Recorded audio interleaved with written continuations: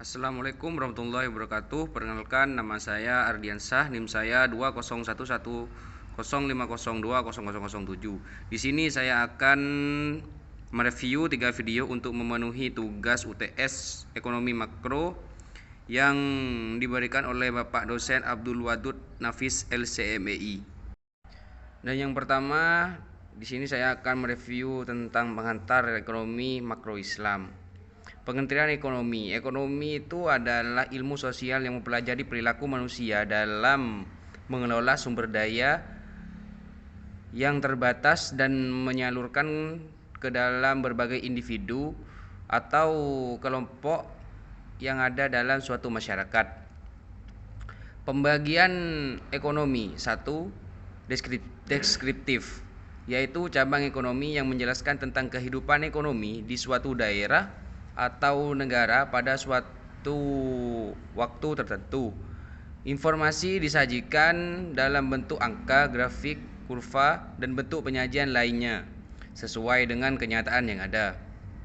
2 adalah terapan, yaitu cabang ilmu ekonomi yang memanfaatkan teori ekonomi untuk menyelesaikan permasalahan ekonomi tertentu. Teori ekonomi dipakai untuk membuat kebijakan ekonomi atau pedoman-pedoman yang tepat. Sifat ekonomi terapan adalah praktis dan hanya digunakan pada masalah-masalah tertentu.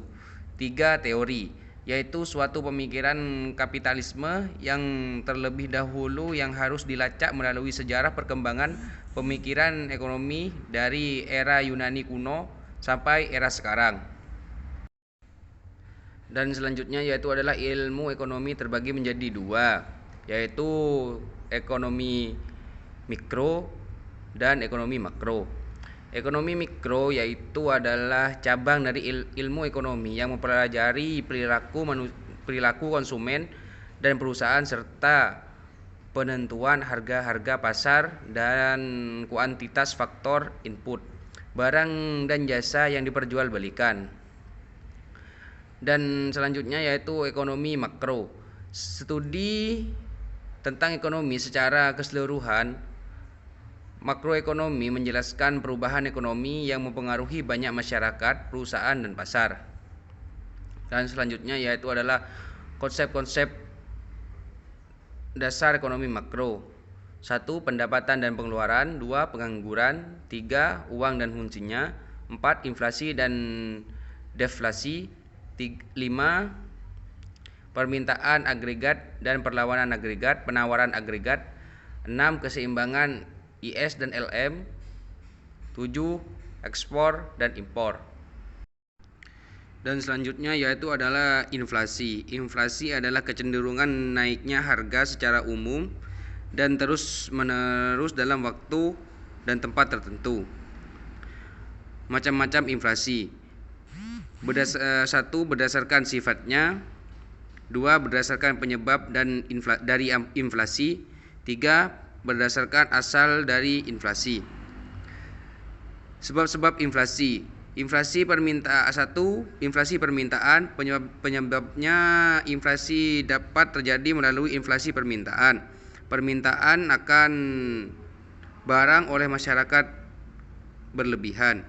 2. Inflasi penawaran. Disebabkan oleh terjadinya penurunan total sebagai akibat dari kenaikan biaya produksi. 3. Adalah inflasi campuran. Inflasi yang mengandung unsur demand pull dan cost push. Inflasi ini sering disebut mixed inflation. Pembagian inflasi dalam ekonomi Islam. Natural inflation.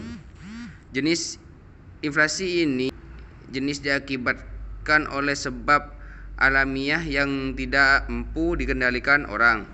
Dampak inflasi dalam perspektif ekonomi Islam.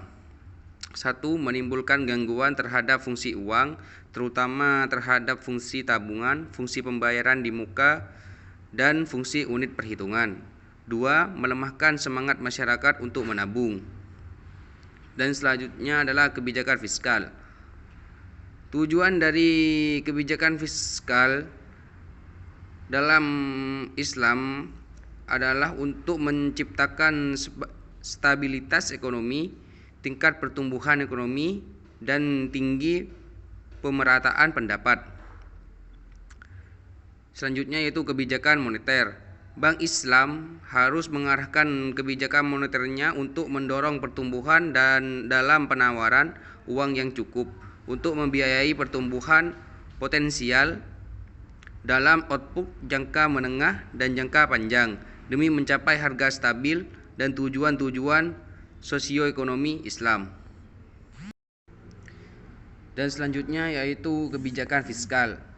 Kebijakan fiskal yaitu kebijakan yang dilakukan oleh pemerintah dengan cara meningkatkan atau mengurangi pendapat dan belanja negara untuk mencapai tujuan yang diharapkan, seperti mengurangi jumlah pengangguran atau mencapai pertumbuhan ekonomi yang sudah ditargetkan. Tujuan kebijakan fiskal: pertumbuhan ekonomi, mencegah pengangguran, stabilitas harga, mendorong laju investasi untuk mewujudkan keadilan sosial. Jenis-jenis kebijakan fiskal yaitu ekspansif, kontraksional. Komponen kebijakan fiskal yaitu kebijakan perpajakan, kebijakan pengeluaran, dan kebijakan investasi dan disinvestasi, dan juga pengelolaan utama atau surplus. Instrumen kebijakan fiskal: anggaran belanja seimbang, pembiayaan fungsional, anggaran defisit atau kebijakan fiskal ekspansif, anggaran surplus atau kebijakan fiskal kontraktif, stabilitas harga, anggaran otomatis, pengelolaan anggaran. Fungsi kebijakan fiskal yaitu mengoptimalkan penggunaan SDA dan SDM, mengoptimalkan kegiatan investasi, alokasi, distribusi, stabilitasi pembangunan. Ciri-ciri kebijakan fiskal: pengeluaran negara dilakukan sesuai pendapatan sehingga jarang terjadi defisit anggaran. Sistem pajak proporsional. Pajak dalam ekonomi Islam dibebankan berdasarkan tingkat produktivitas perhitungan. Zakat berdasarkan hasil keuntungan, bukan pada jumlah barang. Fungsi kebijakan fiskal dalam ekonomi Islam yaitu memelihara terhadap hukum, keadilan, dan pertahanan, perumusan, dan pelaksanaan dalam kebijakan ekonomi, manajemen kekayaan pemerintahan, investasi ekonomi oleh pemerintahan jika diperlukan. Cukup dari saya, mungkin itu saja yang bisa saya jelaskan. Kurang lebihnya saya mohon maaf. Jika ada salah, saya mohon maaf sebesar-besarnya. Assalamualaikum warahmatullahi wabarakatuh.